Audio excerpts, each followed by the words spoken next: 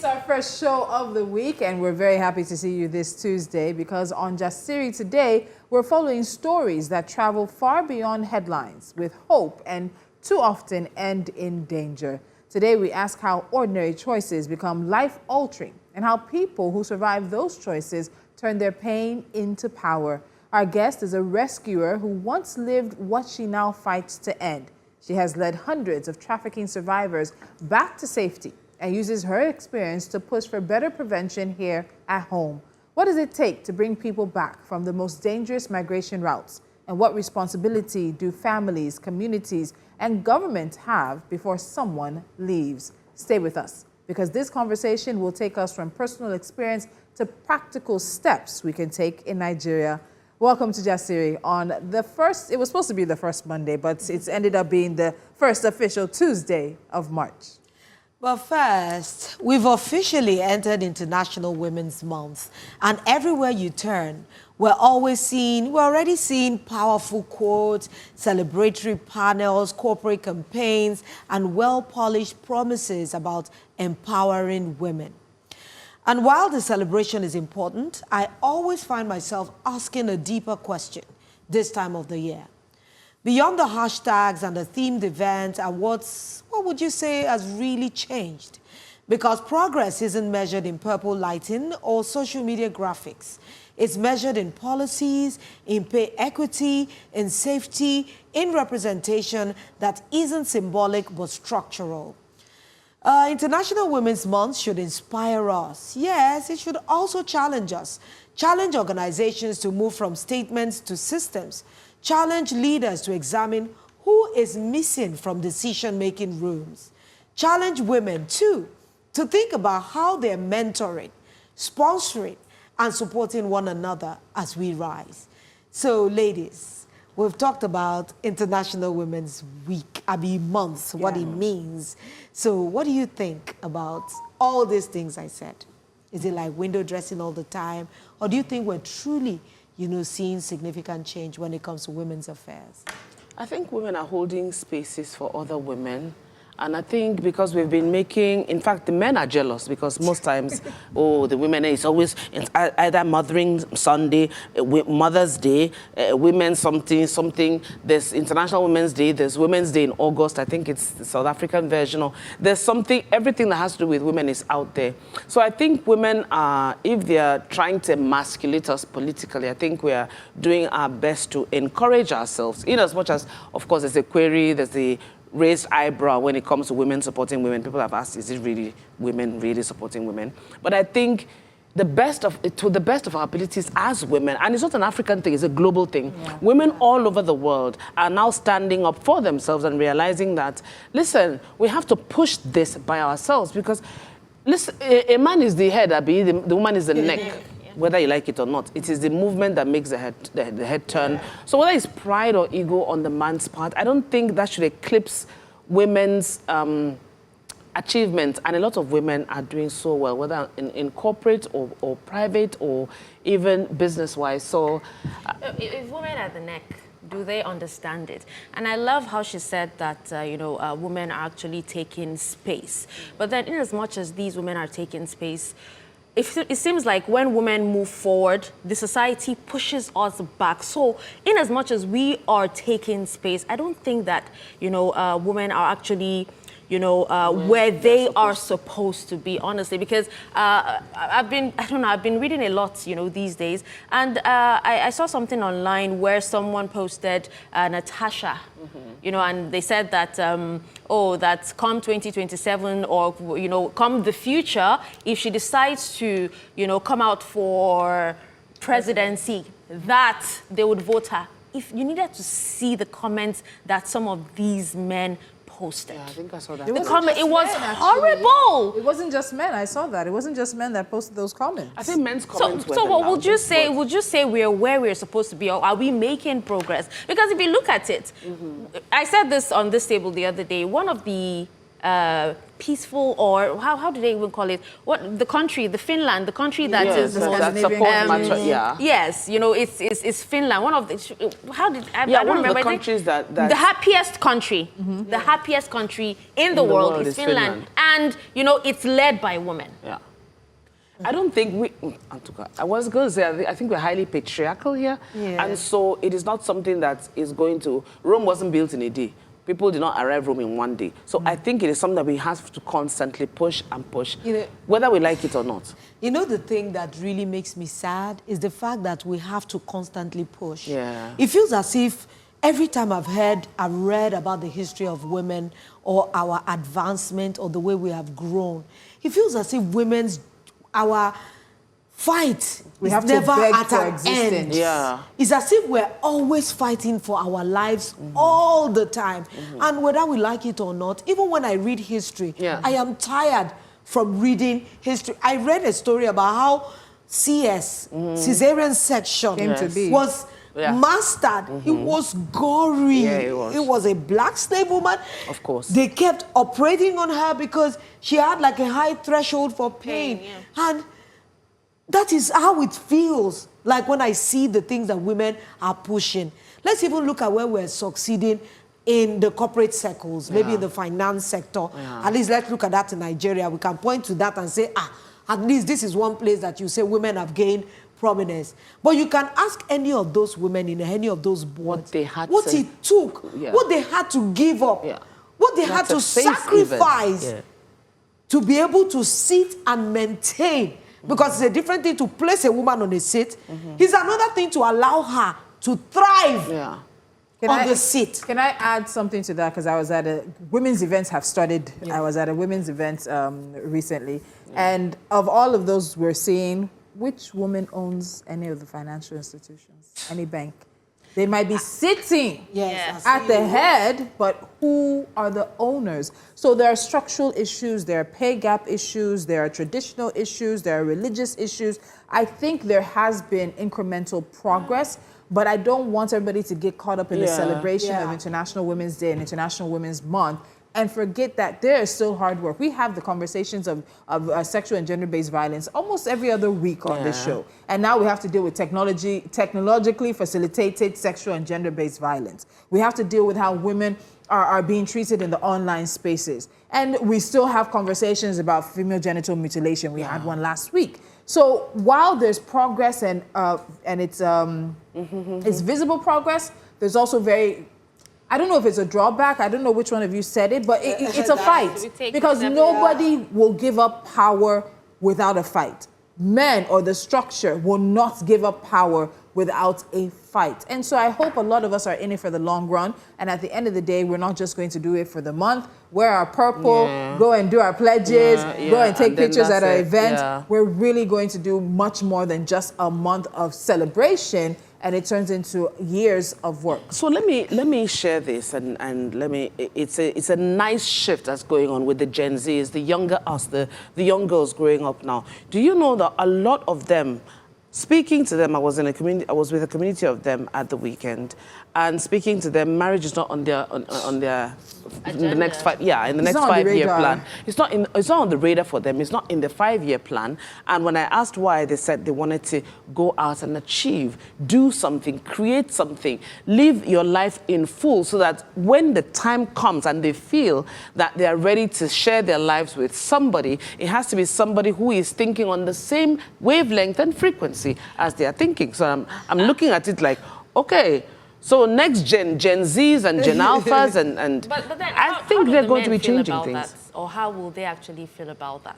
Because most men that I actually know or I have heard of do not like it when their spouse achieves more than them. I'm talking, Dashen, I'm talking because you Gen said Z. they would achieve coming and I'm talking Gen Z. Yeah, no, and whether we like it or not, Gen Z young women are more mature than Gen Z young men, whether we like it or not. On that one, you are spot on, Catherine. I actually think the younger women are much more, enlightened at home with themselves. Their core is kind of centered maybe on achievement and the things that they want to do for themselves. And I like the fact that a lot of women are dreaming. A lot of women have become visionaries.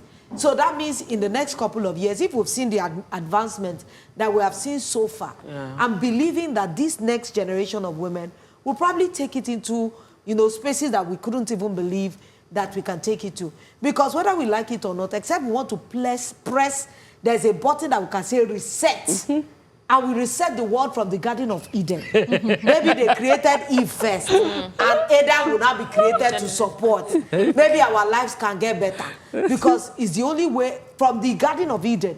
Even I'm a Christian, but there are so many gaps I see even in that I wish the Bible explained a little more to put women, you know, in a better life, in a better position. But I have to remember that even at those times, there were still cultural, traditional issues that they had to deal with.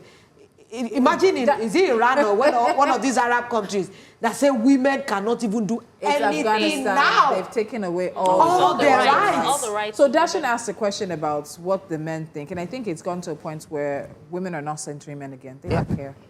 They don't care. You're able to feed your eggs, you're able to adopt, you're able to do surrogacy. So for both of the genders, the traditional things that people were looking for are changing. You can find those things elsewhere. So what else? What is now the reason why I want you, a man in my life? What is now the reason I want you, a woman, in my life as a man? This conversation will continue in a different way, but we have a really important guest standing by.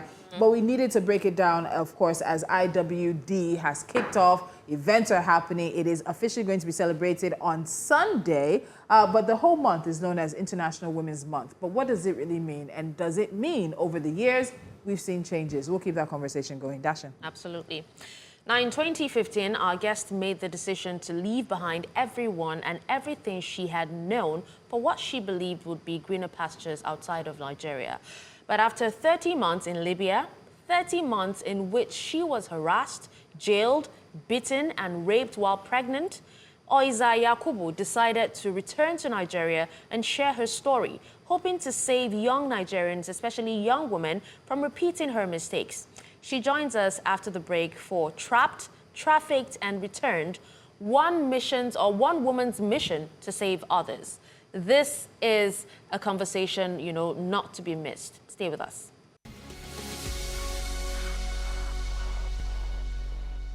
You're still watching Just Series. So today we trace a path many listeners may recognize, a promising offer, the hope of a better pay, and the decision to travel.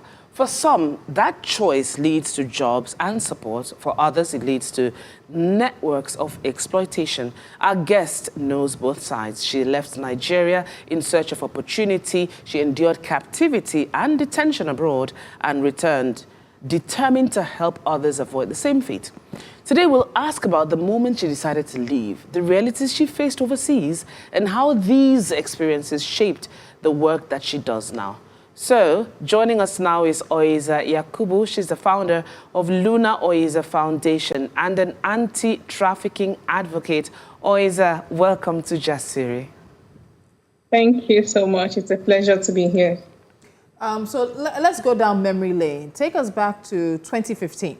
Where were you? What was on your mind? What was your mindset even when the offer of a job abroad came to you? How were things going for you in Nigeria then that led to you making the decision that you made? Okay. In 2015, I think I was even the one that went after the job offer. I was working in Nigeria. I was earning salary. I was working in a pharmacy, but I actually had the dream of going to an institution. What I was earning was not really enough for me to further my education. So I spoke to my friend about it. I kept complaining. I kept nagging to her that how will I go to school with this parsley sum I am earning? Then she brought the offer to me. She told me her sister is abroad and her sister can actually get me a better job that I can save up and use to further my education. Wow. Anyway, can you describe in broad terms, you know, what you encountered when you first arrived? You know, the differences between what you expected and the reality. Like Nigerians will say, what you ordered versus what you got. That's what you get. I know you were promised, you know, an 80,000 naira job. Or what did you find when you got there? And also add for us, what did you go through to actually be able to leave as well? How much did you have to put together? Did you sell certain things? Let's just understand how you moved from Nigeria to Libya and your experience studying there. Okay, so before I left, I wasn't even allowed to look for money. My sponsor, she told me she was going to cover everything. So basically, the only thing I needed was just transportation to get to Lagos. That was the only thing I needed. And the journey was by road. I was asked to get passport, but passport wasn't really important. And the first red flag was that before I left, I had expectations. I was speaking with this person, we were chatting on Facebook. I went through her Facebook handle. I love what I saw. Like on Facebook, she looked like she was actually living very, very well. But when I got there, I got to know that it wasn't really what I was seeing. Lots of people were living in one room. Everywhere was congested. The kind of accommodation that was there was not what was shown online. So that was actually the red flag for me. And we spent more than 1 month on the road. From what before I left, I was told that within 1 week we'll get to Libya, everything will be fine. But on the road, we spent more than 1 month, and so it actually wasn't what I was promised. It wasn't what I expected. But I had already gotten there. There was nothing to do again. The only thing was just to accept the new reality. And yes, I was promised a job of about 80,000, 60 to 80,000 then. That was 2015. And you work for a family, you clean. And the truth is that you are going to get the money. After working, you get the money, but the money is not yours. The money is for the person that sponsored the trip. The money is for the person. You have to repay for a certain period of months, years. Right now, I think they collect about 1 year, 3 months. But when I was there, that's about 11 years ago, they were collecting 8 months, 9 months. And the work is not just like every other maid job we do in Nigeria. It is very stressful, like very, very stressful. By the time you work for 1 year and you are paying this person back, you will not even have any form of strength, any form of energy to work for yourself again. So it was like slavery. You are just there to slave for someone, and after slaving for this person, you are just totally useless. That was exactly how I felt throughout my stay over there. Oyiza, so sorry you had to go through all of these. You know, your experiences in Libya, you know, was really horrific. They were really horrific. But it's not uncommon because there's so many people who have had similar experiences as well. Can you please share how you were treated in the months that you spent in Libya? Were you pregnant when you traveled to Libya? Okay, I spent 30 months there. I left Nigeria March 2015. I got to Libya first week of May. I came back to Nigeria December 1st, 2017. I got to Nigeria on November 30th, but I got home December 1st. So it was 30 months. And of all the 30 months, I think the only month I can say was my best month was July 2017, the month I had my son. But every other month was horrible. The fact that we are without documents and you are Black, it makes you a target to the Arabs and to the Nigerians exploiting people there. Because first, there is no documentation. That makes them to maltreat. Let me speak for myself. That made them to maltreat me. And you cannot even speak for yourself. There was an issue, the issue that led to me going to prison. It was the issue of sexual harassment in the family I was working with. And just me trying to complain that, okay, telling the woman of theirs that your son is sexually harassing me. Whenever I'm in the kitchen, he comes to the kitchen, he eats me. I don't like it. I am not comfortable with it. I want to leave your family. I don't want to work with your family again. That led them to me being set up and taken to prison. And the fact that there's no documents, that nobody even know you're in that country, no work permit, no residential permit, no nothing. So you don't even have access to a lawyer. There's no judge, there's no court to listen to you. There's no way to prove yourself or to defend yourself. You go to prison straight. And when you're in prison, and the fact that we changed name, when I was there, my name was Rukaya. I didn't use my real name because it's an Islamic country. You have to change your name to fit in. Nobody even knows you exist. So in the prison, we are being exploited. We are being used. Some of the prison, depends on the prison you are going to. The prison we're going to, the women in charge, they work with the male in the male prison to sexually assault women. They use women for all forms of exchange. So I cannot say there was one single month I had peace. It was from one problem to the other, from one form of captivity, one form of slavery to the other. It was 30 months of horror. And yes, I was pregnant. After my prison experience that I came out, I moved in with some friends. There were two other girls too that needed accommodation, and so we had to contribute. We had to contribute money to rent a house. And because we are women, they don't allow us to rent a house. We have to give a man the money, so the man rents the house and hand it over to us. So three of us were staying together, and that house we were staying, they knew it was women that were staying. Whenever we go to work, after my first experience where I was working with a family and I was set up. Immediately I came back from prison, I stopped working with a family. I stopped living with a family rather. I would go in the morning and come. That was better for me because the trauma of the prison experience, I didn't want it to repeat again. So, but this one, whenever we go to work and come, maybe after 1 month, after 2 months, there is no bank. We all save our money at home after paying accommodation fee, feeding and everything. We save the money. But asthma boys will just come and raid our house. Asthma boys are like thieves. So they just come, they'll break down the door. Any money they see in the house, any phone, anything they see in it, they just keep backing it. It keeps happening back to back, back to back. Whenever we hear that they are banging on our doors like this, all of us, we have to run away. Some people will jump to the other compound. They'll just come and pack everything we have, and we have to start from square one again. So that was really discouraging. And I just had to move in. There was somebody asking me out. Then I just had to move in with him and started living with him. At first, I was not even living with him. I'll go on Friday and come back to our home on Sunday. So, because Friday to Saturday is like their own weekend over there. So I go there on Friday. I come back on Sunday. My other two friends too, they do the same thing. Then I got pregnant. When I got pregnant, this thing happened during this month.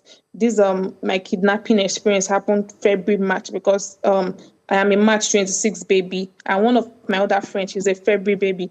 So we agreed to celebrate her birthday together. Then after the birthday, we can all go our separate ways. Let's move in with our partner, maybe have the child and go back to Nigeria. That was my intention. But unfortunately, my friends, they were kidnapped in the process. The two other girls, they went to the market, they went to buy things we were going to use for our little birthday celebration, and they were kidnapped. Then I was already 3 to 4 months gone. I was not really, really showing, but if you look at me very well, you see that, yes, this girl is obviously pregnant. So when I was expecting these girls to come back home, they were not back. And we had this thing in Libya. If somebody go out, we have to call them. Like every 1 hour, every 2 hours, we have to, if you are not calling them, you chat with them just to know that, okay, where are you? Just to update ourselves of our location. So I was trying to talk, I was calling these girls, they were not picking. I slept and woke up. When I woke up, they were still not back home. I had not seen their missed call. I knew something was wrong. We're living upstairs. So I had to rush downstairs to go and meet the other Nigerians there and explain to them that these are my two friends. They went out since morning, but they are not back. So we kept calling and calling. They were not picking. Then later in the evening, it was even getting late. The number called us. When the number called, I was very angry that, babes, what's up now? I've been calling you since. Then it was the people that kidnapped them that picked the call. So they picked the call. They were like, they've kidnapped our sisters. I was like, what? So they were not Arabs. They were Nigerians, not Nigerians. So these people from Niger, from their accent, it was easy to depict that they were Nigerians. So I picked the call. They said we should bring 1,000 dinars. 1,000 dinars as at then was approximately around 100,000. So it was something we could just really gather together. I said, okay, no problem. I'll come and give you the 1,000 dinars. I didn't know it was a setup. Like they were trying to just lure me there with the guys that I should come and get my sisters. So it was really a long story. When I got to where they asked us to bring the money, it was hot afternoon. We got there around 12, the time they gave us. We were there to 12:30. So after 12:30, I kept calling them that was there. But unfortunately, it was just set up. When I noticed that those people were not coming, I told the taxi driver that took me there to go. So as I was about going, that's how they just blocked us. They brought gun. You would think these people were going to war. They brought gun. That's how they dragged me into their vehicle. And when we got to where we were going, I noticed that, okay, it was a setup because they were not asking me to call another person to bring money. So I told them there's no other person to call. I cannot call my parents in Nigeria. I know the people I left at home. And I don't have any other friend in Libya to call to bring money. These people beat me. Even when I kept screaming that I was pregnant, they poured this. And their own kind of petrol is different from our own kind of petrol. Their own kind of petrol is dirtier than ours. Yeah. Like it's not as plain as our own. They poured it on my body. They brought this cable wire. They were beating me. I was screaming, I am pregnant. They didn't even answer. So they kept doing that. When they noticed I was not out, like they kept saying that this guy is stubborn. one of them brought out knife from his pocket, this pocket knife, and this guy stabbed me in my stomach 6 times. I was bleeding seriously. And that petrol they poured on my body was burning. You know when petrol gets to the wound? So it was giving me that burning sensation.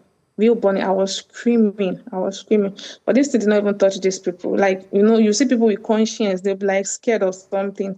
There was nothing like that. Instead, they were calling the person that would come and buy me, and they were negotiating. They were negotiating in Arab. They didn't know I speak Arab. All our conversation has always been pidgin English. So I heard they were negotiating to sell me for 1,600 dinars. 1,600 dinars is approximately 160,000 naira.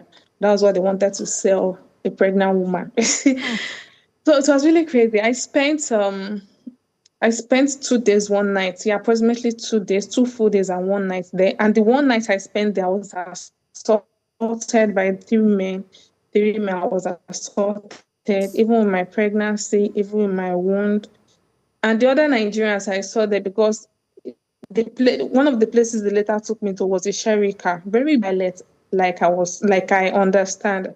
I don't want to mention the dialect. So I approached the lady. I told her in that local dialect that please help me. I came here to rescue and to pay for some people. Just show me a way to live here. I didn't know the girl was working with them. So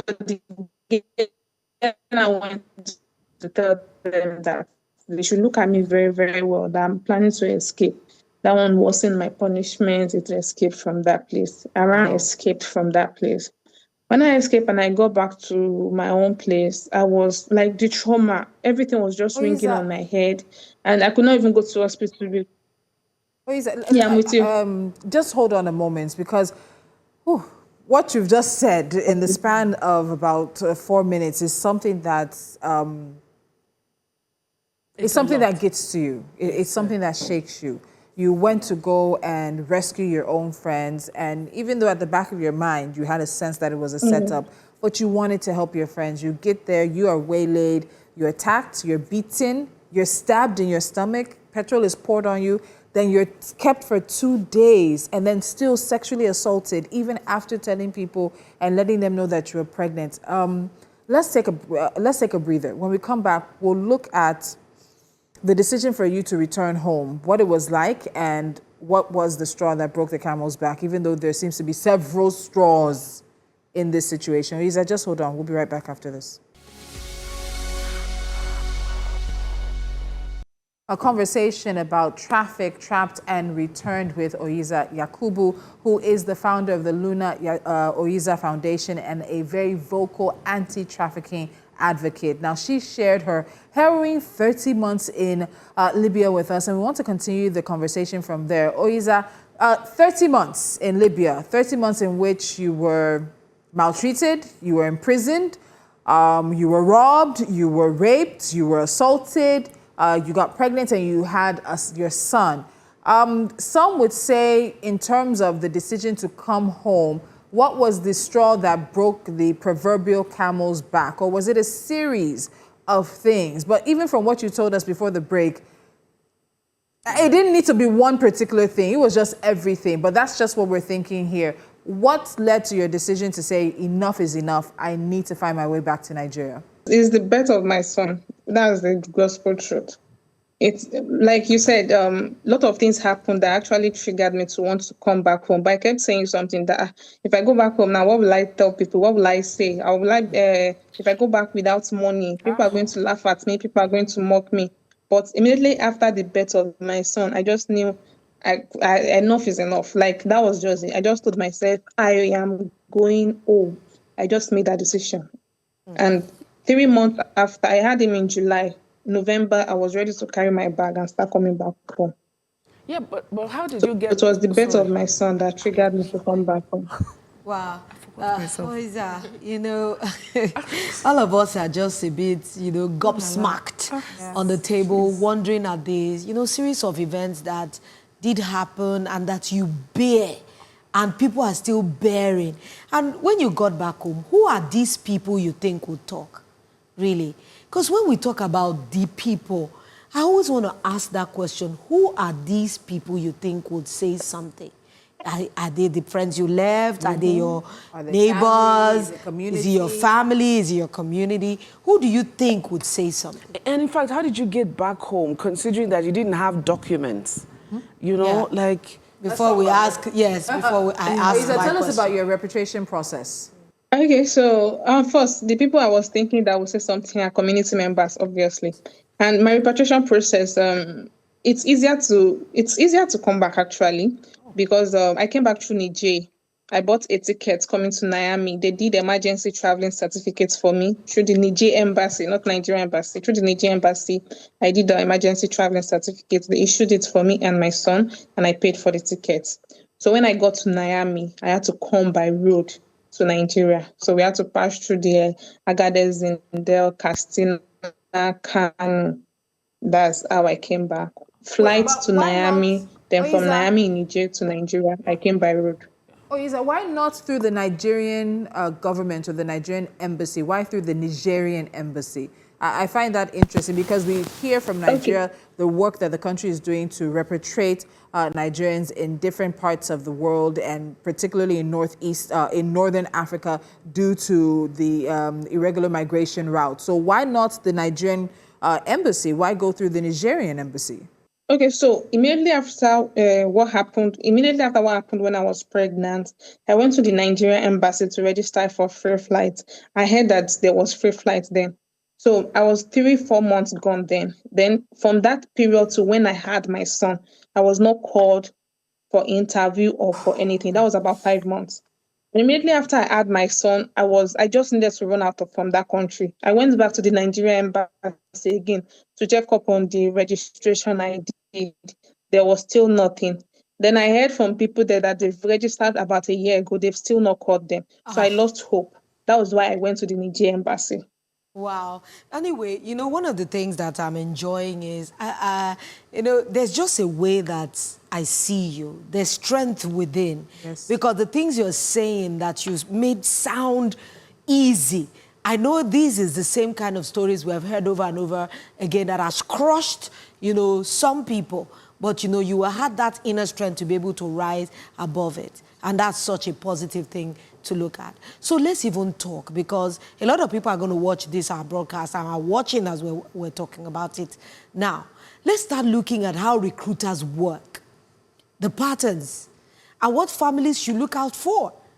Or what are the most common promises, that are lies that recruiters use, to convince people to go abroad? Or do you think that the friend who told you about it was a recruiter? Because sometimes the people that really deceive us or that we have interactions with are people that are not strangers to us. Because this is a point of education now for anyone. So let's talk about that a little. Okay. From my experience in this field, one thing I do tell people is that a stranger cannot traffic you. A stranger cannot recruit you. It does not work that way. It is always a very close person, someone you trust, might be a sister, might be your parents, might be a pastor, might be a quote unquote, someone you care about so much in the streets. That's how it works. And although people always tell us that go to villages for campaign, for awareness campaign, social media is one of the leading ways people are being recruited. I know it sounds so strange, but social media is one of the leading ways. These traffickers and recruiters, they have strong PR. Their PR game is very, very strong. They know what to put out there to entice young people, and they have a way they move. Previously, their targets were single mothers. That was their target. They always target single mothers. They sell that dream to them that, just leave your child in Nigeria, come and work and be sending school fees home. And single mothers, they take the bait. So after intensive awareness and all that, they move to teenagers now. And my work cuts across different countries, not only Libya. I work in Burkina Faso, Mali, Ghana, different countries like that. And each country, they have tricks they use in luring people over there. For example, the teenagers, they move to Libya now. They tell them that, okay, come, there's a scholarship scheme for you. Just come work for this person for 1 year. After that, you go to school and they sponsor your education. That is the latest thing on ground now. Another thing is that they also use pastors and religious leaders to recruit people. And some of these recruiters, they collect money. Some collect 50,000 per girl, but some they do it free with the hope that they are trying to help the person. And for this one, they really target religious leaders for that one. They call religious leaders that they know that trust them very well and tell them, if you have a young girl in your church, bring the young girl to me. I need somebody to monitor my shop. I need somebody to work in my company. The pastor will be very happy. The imam will be very happy and say, there's an opportunity. Let me send this person until they get there. For places like Mali, they tell them that, there's a gold company here. You can come and mine gold in this particular village. They need people that can mine gold very well. Don't worry, we are going to teach you. And when they get there, they tend to see that, Omo, it is not gold they are mining. For places like Burkina Faso, Ghana, even in Mali, they always use they also use this thing in Mali to lure people, passports, people that are desperate to travel out. They tell them that you cannot travel to this country with Nigerian passports. Come to Mali. Come and do Mali passports. With Mali passports, you can move to this country. People take the offer, they get to Mali, then they notice that it's a lie.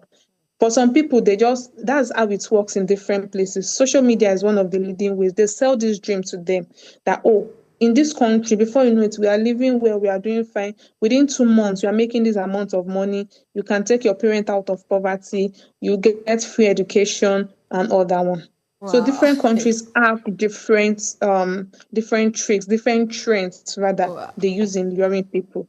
Wow, I was just going to say that different country, different layer. Yeah. Absolutely. Some they will say scholarship, some they will say it's work. So it's just families watch for that indicates someone might be, planning a risky migration, or someone are there things that we should watch out for? Parents, family, whatever it is. And in all honesty, is there really anything one can say to someone who's hell-bent on taking this decision? Okay, yes, there are practical science. And first, I'll start with laboratories. When you see a young unaccompanied girl coming to you to do HIV tests, hepatitis B test, hepatitis C test, and pregnancy test, it's a red flag. That's the first red flag. And even in our campaigns, we've gone to several laboratories to create awareness on this. The first thing is they send them to do HIV test, hepatitis B and C test, and pregnancy test. So when you see a young girl doing this test, it is a red flag.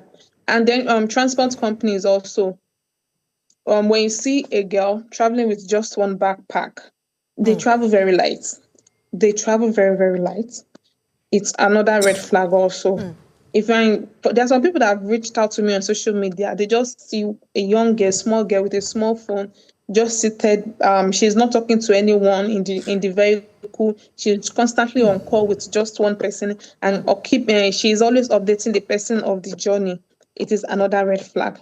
And for parents, it is actually very, very difficult, because one of the things these traffickers tell these people is that don't tell anybody. That if you tell anybody you are traveling, they are going to ruin your chances of making it big. They are going to stop you. So these children, they tend to keep it from their parents. They tend to hide this information, and they don't need to even travel large. They travel very, very light. So you don't even know when they are packing their bags. You don't even know when they are doing anything. You just see them disappear. So it is actually very, very difficult for parents. The only thing parents can do is just to make sure that their children open up to them very well. That is the only thing. They brainwash them. They don't allow them to talk. They don't allow them confide in anyone. So it is difficult for parents to actually spot these red flags. It is outsiders that can spot the red flags, like drivers, like hotel owners, like laboratory technicians, like bankers, because some of them, they have to go and either close their bank or open a new account. So these are the people that can actually help in spotting the red flags. For parents, it is very, very difficult because they don't need to travel they travel very light, and they don't need to you won't even see the sign. You will not see the sign. Oyiza, I want to be a bit more, hopeful than Kat's in regards to preventing people from making this risky journey. Now, in your experience, which prevention messages, be it financial, literacy, community conversations, school programs, can actually change behavior? Okay. I feel like we are not utilizing social media enough. We are not utilizing social media enough. Just 5 years in this space, on the social media space, I know the little I've been able to do. So if we have more people that are actually creating this awareness online, using real life stories, using real life experiences to debunk all this myth, so that these traffickers are using as their PR, it will really, really help. And parents also should be well educated about human trafficking and irregular migration, and they should constantly engage their children in this conversation. Human trafficking and irregular migration is not something anybody should shy away from. Parents needs to be well educated. Religious leaders needs to be sat down. Let them see realistic videos, realistic pictures, realistic statistics.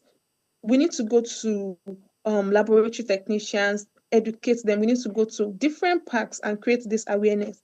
Like from one point to the other, our young people needs to be exposed to this thing. It is not a conversation we should shy away from at this point. In school, they should be exposed to this conversation every day. In churches, every week. From any park, even if they get to one park, there should be a very big banner educating them that this transportation, this journey you're about to embark on, see what is likely to happen to you. We have to put these posters in banks, anywhere we know that these young people have access to. There has to be an information educating them without us shying away from the reality. We tend to shy away from conversations that has to do with human trafficking, and we need to stop that. I believe they traffic people from villages and all that one. I believe it happens. We see it every day. But social media is still the leading means of trafficking. So we really need to utilize it, and it will really work. For the past 5 years, honestly, I've lost the count of the number of people that have been to my inbox and say, "Oh, is that thank you? My sister saw your message. Or is that thank you? I was able to share this video with this person. Or is that thank you, thank you." So if we have more people taking this up, there will be changes. These recruiters, they use online. They don't go to villages to go and recruit people. They Oyiza, recruit from online. So we also need to use this to counter them. okay, I want to ask, because we've taken stories about those being repatriated from Libya, from Mali, from Algeria, and we've also heard how some say they will try again. They come back, they take the small stipend that they're given. In about 2, 3 months, 4 months again, they are returning. They're taking this dangerous journey again. Have you experienced that with those that you work with? And what do you think would push someone to try such a deadly journey again? They would definitely have experienced a few things in the times that they have been out of the country. Why take the risk and do it all again? Okay. So there's something we call Stockholm syndrome. It is when a victim is attracted to their abuser. It happens. You see, one thing traffickers do to their victims is that they brainwash them. That's the first thing. They make them feel so worthless. They make them feel so dependent on them. Before I accepted that I was a victim of human trafficking, it took a long period of time. Like I was in therapy for almost 2 years before I got to know that what happened to me was human trafficking. I was making excuses for the people that trafficked me. I was making excuses for them. So the mistake we are still doing is that when these people come back from this country, when they are repatriated back home, before reintegration, before they reintegrate them back into the society, into the community, they need to allow them go through an intensive therapy session. They don't allow these people go through it. These people don't even know what has happened to them. And they are still dependent on that lifestyle. So when they come back and you just reintegrate them back into the society and give them just a pen to start over, what of mentally? Are they actually fit to be reintegrated back into the society? Have you diffused what happened to them? Most people don't even know that, yes, this thing that happened to me is wrong. It's now a lifestyle to them. And they cannot reintegrate properly back into the society. Hence, they tend to run back to where they are coming from. The stipend you give them, they might use it on drugs, use it on alcohol, use it on sleeping pills, and go back to their abusers or go back to the country or the society that abused them. So I actually talked about this over and over again. The first thing, when you repatriate people back home, do not reintegrate them back into the society. They need to go through a therapy session. Let them understand what has happened to them and let them heal first before you return them back into the society. That process that is being skipped is the reason why people are being re-trafficked and why people are trying again. they'll keep trying again and again and again because they've not healed. They've not really even understood what happened to them. That's just the thing. All right, Oyiza, one last thing before we let you go. Looking back, is there one thing, or maybe more than one, that you wished that you or people you wished or that you knew before you left, or people who were thinking of leaving? So is there one thing that you would have wished you had known before embarking on that journey? Okay, so this question is actually the reason why I am doing what I do today. You see, my work is one of the most traumatic thing on earth because every day I try to help one person, every try I try to listen to one person's story, it reminds me of my own experience. But the reason why I am doing it is because nobody did it for me. Before I left, I actually did my research. I did my research about the journey and about where I was going to, but not even one person from all the research I read online. The only thing I read was that Libya was a war zone and what tends to happen there, but there was no single information about human trafficking, not even one. If I had come across that information about the possibility of being trafficked or exploited, I wouldn't have embarked on it. And that was when I came back, when I got home 2017, 2018, I went to NAPTIP office myself to go and tell them that something like this is happening and I would like to lend my voice to campaign against it. So I wish there was information earlier enough. As a majority of Nigerians wouldn't have become victims. There was no information. Until now, the informations are still limited. Oyiza, very quickly, I'm curious. When you went to the NAPTIP office to ask and talk about this situation, what was the response? Yeah, they welcomed me. I went to NAPTIP office myself in 2018. They welcomed me. They are in Uyo Akwa Ibom, my base. The commandant there was very helpful. The next time he was going to school, he invited me. When he was going to a church, he invited me. When he was going to a radio program, he invited me. So I was able to speak, elaborate more on what human trafficking across the border is. NAPTIP was their focus is just human trafficking within the country, but I was able to talk about across the border, and it's after that there was, as in, people kept understanding what human trafficking was all about, and it gave me the courage to went on my own social space and talk to people that, okay, you guys know I traveled for a while. This is what happened. This is what happened. NATIP was welcoming. They've been welcoming, and even till now, they are trying. Whenever I call, they answer. Fantastic. Oyiza, thank you so much for sharing your story, for being a voice that educates and also raises awareness about this situation. I know for many people, they may have wanted to look away, especially at the more visceral parts of this story, but it is what it is, and we need to continue to raise awareness as well about the issues that lead to irregular migration and the challenges that people face when they return. Thank you so much, Oyiza.